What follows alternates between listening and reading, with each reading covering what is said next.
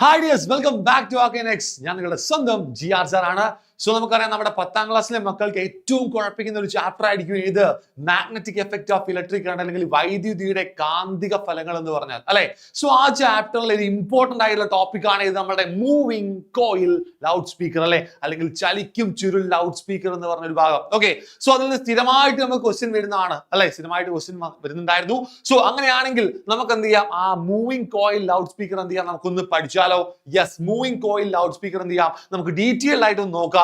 So ആദ്യം തന്നെ നമുക്ക് നോക്കാൻ എന്താണ്, അതിന്റെ ഫിഗർ ആണല്ലേ, അതിന്റെ മെയിൻ പാർട്സ് ഏതൊക്കെയാണെന്നുള്ളതാണ്. ഓക്കെ, ഇപ്പൊ ടെക്സ്റ്റ് ബുക്ക് മാറിയ സമയത്താണെങ്കിലും മുൻപുള്ള സമയത്ത്, അല്ലെങ്കിൽ പഴയ ടെക്സ്റ്റ് ബുക്ക് ആയിരുന്നെങ്കിലും അവിടെയൊക്കെ നമുക്ക് എന്തുണ്ടായിരുന്നു, ഈ ഒരു സാധനം അല്ലെങ്കിൽ ഈ ഒരു ഭാഗം നമുക്ക് പഠിക്കാണ്ടായിരുന്നു. മൂവിങ് കോയിൽ ലൗഡ് സ്പീക്കർ നമുക്ക് പഠിക്കാനുള്ളതായിരുന്നു. അത് ടെക്സ്റ്റ് ബുക്ക് മാറിയ സമയത്തും അത് അങ്ങനെ തന്നെ ഉണ്ട് എങ്കിൽ നമുക്ക് എന്തുറപ്പിക്കാം, അത് അത്രയും ഇമ്പോർട്ടന്റ് ആയിട്ടുള്ള ഒരു ഭാഗമാണ് അല്ലെ. സോ നമുക്ക് എന്ത് ചെയ്യാം, ഇതിന് ഇമ്പോർട്ടന്റ് ഭാഗങ്ങൾ നോക്കിയാലോ. സോ ഒരു ലൗഡ് സ്പീക്കർ നമ്മൾ മുറിച്ചില്ല, ഡൈസെക്ഷൻ ചെയ്ത് ഇങ്ങനെ വെച്ചിട്ടുണ്ട്. ഓക്കെ, ഓരോ ഭാഗങ്ങളായിട്ട് നോക്കാം അല്ലെ. സോ നമുക്കറിയാം, നമ്മളുടെ ലൗഡ് സ്പീക്കറിന്റെ, മൂവിങ് കോയിൽ ലൗഡ് സ്പീക്കറിന്റെ ആ പ്രവർത്തന തത്വം അല്ലെ, അല്ലെങ്കിൽ വർക്കിംഗ് പ്രിൻസിപ്പിൾ എന്ന് പറഞ്ഞാൽ ആരാ നിങ്ങൾക്കറിയാലോ. നിങ്ങൾ പഠിച്ചിട്ടുള്ള എന്താണ്, മോട്ടോർ പ്രിൻസിപ്പിൾ അല്ലെങ്കിൽ മോട്ടോർ തത്വം എന്ന് പറയുന്ന ആ ഒരു തത്വത്തിന്റെ അടിസ്ഥാനത്തിലാണ് എന്ത് ചെയ്യുന്നത്, ഈ ഒരു ലൗഡ് സ്പീക്കർ വർക്ക് ചെയ്യുന്നത്.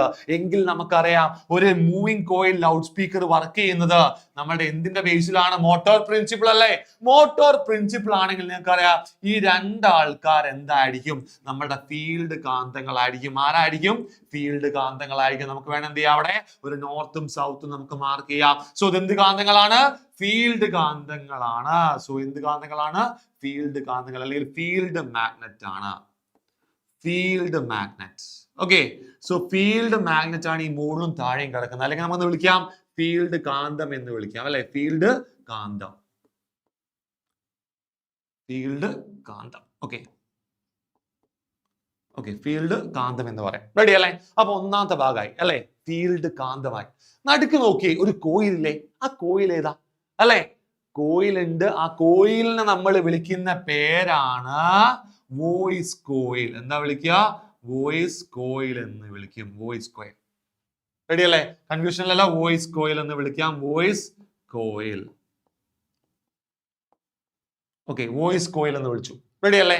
രണ്ടാമത്തെ ഇമ്പോർട്ടന്റ് ആയിട്ടുള്ള ഭാഗമാണ് പറയുന്നത്. സോ ഒന്നാമത്തെ എന്താണ്, നമ്മുടെ ഫീൽഡ് മാഗ്നറ്റ് ആയിരുന്നു. രണ്ടാമത്തെ എന്താണ്, നമ്മുടെ വോയിസ് കോയിൽ തന്നെയാണ്. മൂന്നാമത്തെ നോക്കിയേ, ഈ വോയിസ് കോയിൽ കണക്ട് ചെയ്തത് വലിയൊരു ഭാഗമല്ലേ. എന്ന് വെച്ചാൽ നമ്മളൊരു സ്പീക്കർ എടുത്ത് നോക്കിക്കഴിഞ്ഞാൽ ആ സ്പീക്കറിന്റെ പുറത്ത് ഇങ്ങനെ വൈബ്രേറ്റ് എന്നൊരു ഭാഗം ഉണ്ടാവില്ലേ, ആ ഭാഗത്തിന് നമ്മൾ പറയുന്ന പേരാണ് ഡയഫ്രം. എന്താണ്, ഡയഫ്രം എന്ന് വിളിക്കും, ഡയഫ്രം. റെഡി അല്ലേ? ഡയഫ്രം എന്ന് വിളിക്കാം, ഡയഫ്രം. റെഡി? സോ മൂന്ന് ഇമ്പോർട്ടന്റ് ഭാഗങ്ങൾ അല്ലെ, വളരെ ഇമ്പോർട്ടന്റ് ആയിട്ടുള്ള നമ്മുടെ മൂവിങ് കോയിൽ ലൗഡ് സ്പീക്കറിലെ മൂന്ന് പ്രധാനപ്പെട്ട ഭാഗങ്ങൾ നമ്മൾ പറഞ്ഞിട്ടുണ്ട്. ഈ മൂന്ന് ഭാഗങ്ങളാണ് ഇതിന്റെ വർക്കിങ്ങിനെ ഏറ്റവും കൂടുതൽ സഹായിക്കുന്നത്.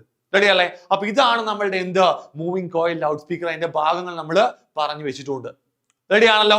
കൺഫ്യൂഷൻ ഇല്ലല്ലോ? നേരെ നമുക്ക് എന്ത് ചെയ്യാം, അതിന്റെ ഭാഗത്ത് നിന്ന് ചോദിക്കുന്ന ക്വസ്റ്റ്യന്റെ അകത്തേക്ക് വരാം. നോക്കിക്കേ, ഈ ഉപകരണത്തിന്റെ പ്രധാന ഭാഗങ്ങൾ, what are the main parts of this device? Sir ഇത് ഓൾറെഡി പറഞ്ഞു കഴിഞ്ഞു. ഏതൊക്കെയാണ്? ഫീൽഡ് മാഗ്നറ്റ്, വോയിസ് കോയില്, ഡയഫ്രം അല്ലെ. ഏതൊക്കെയാണ്? ഫീൽഡ് മാഗ്നറ്റ്, വോയിസ് കോയില്, ഡയഫ്രം അല്ലെ. ഫീൽഡ് മാഗ്നറ്റ്, അതേപോലെ വോയിസ് കോയില്, വോയിസ് കോയിൽ, ആൻഡ് എന്താണ്, ഡയഫ്രം അല്ലെ. ഡയഫ്രം എന്ന് വിളിക്കാം, ഡയഫ്രം, ഡയഫ്രം. റെഡി അല്ലേ? സോ ഈ മൂന്ന് ഭാഗങ്ങളാണ് എന്ത്, നമ്മുടെ ഈ ഒരു മൂവിങ് കോയിൽ ലൗഡ് സ്പീക്കർ, അല്ലെങ്കിൽ നമ്മുടെ വോയിസ് അല്ലെങ്കിൽ നമ്മുടെ ഇത് ലൗഡ് സ്പീക്കറിന്റെ, ചലിക്കും ചുരുൾ ലൗഡ് സ്പീക്കറിന്റെ മൂന്ന് പ്രധാന ഭാഗങ്ങളാണ് സാർദാ ഇപ്പോൾ ഇവിടെ എഴുതി വെച്ചിരിക്കുന്നത്. ഓക്കെ, നേരെ നമുക്ക് എന്ത് ചെയ്യാം, അടുത്തൊരു ക്വസ്റ്റ്യനിലേക്ക് പോവാം. എന്താണ്, എവിടെയാണ് വോയിസ് കോയിൽ സ്ഥിതി ചെയ്യുന്നത്? Where is the voice coil situated? എവിടെയാണ് വോയിസ് കോയിൽ സിറ്റുവേറ്റഡ്? നമ്മൾ ഫിഗർ പറഞ്ഞപ്പോഴേ പറഞ്ഞു അല്ലെ, രണ്ട് ഫീൽഡ് മാഗ്നറ്റിന്റെ ബിറ്റ്വീൻ ആയിട്ടാണ്, in between two field magnets അല്ലെ. രണ്ട് ഫീൽഡ് കാന്തങ്ങൾക്ക് ഇടയിലാണ് എന്തുള്ളത്, നമ്മുടെ വോയിസ് കോയിൽ ഉള്ളത്. In between two field magnet അല്ലെ. ഇൻ ബിറ്റ്വീൻ എന്താണ്, ഇൻ ബിറ്റ്വീൻ ഫീൽഡ് മാഗ്നറ്റ്സ്.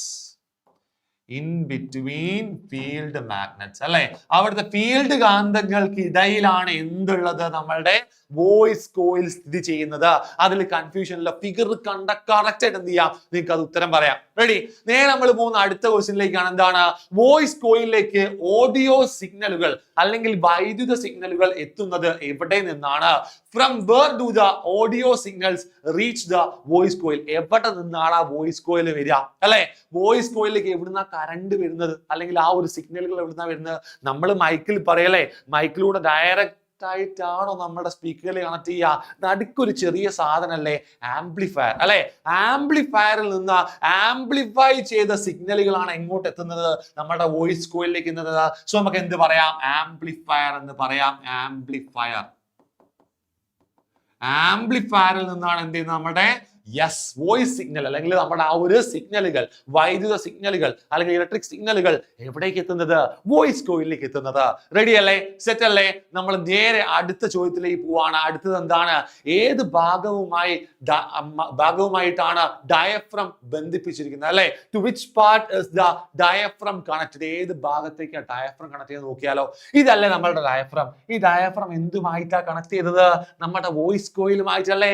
അതെ, തീർച്ചയായിട്ടും അതെ. സോ നമ്മുടെ വോയിസ് കോയിലുമായിട്ടാണ് എന്ത് നമ്മുടെ ഡയഫ്രം കണക്ട് ചെയ്ത് വെച്ചത്. So voice coil.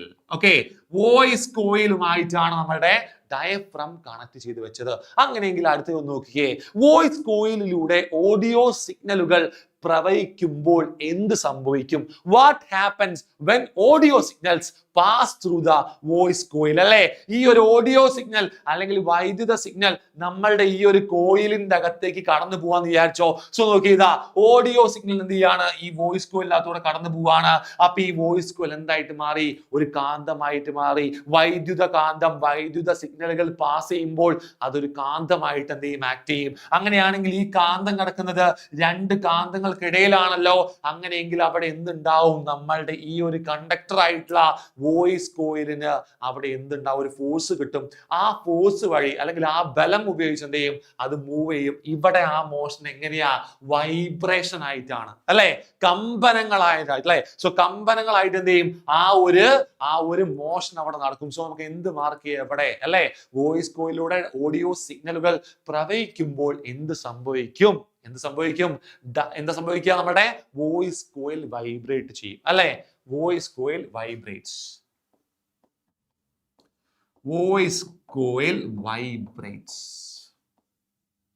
Okay, voice coil എന്ത് ചെയ്യണം? വൈബ്രേറ്റ് ചെയ്യാൻ തുടങ്ങും, അല്ലെങ്കിൽ വോയിസ് കോയിൽ കമ്പനം ചെയ്യും അല്ലെ? വോയിസ് കോയിൽ എന്ത് ചെയ്യും?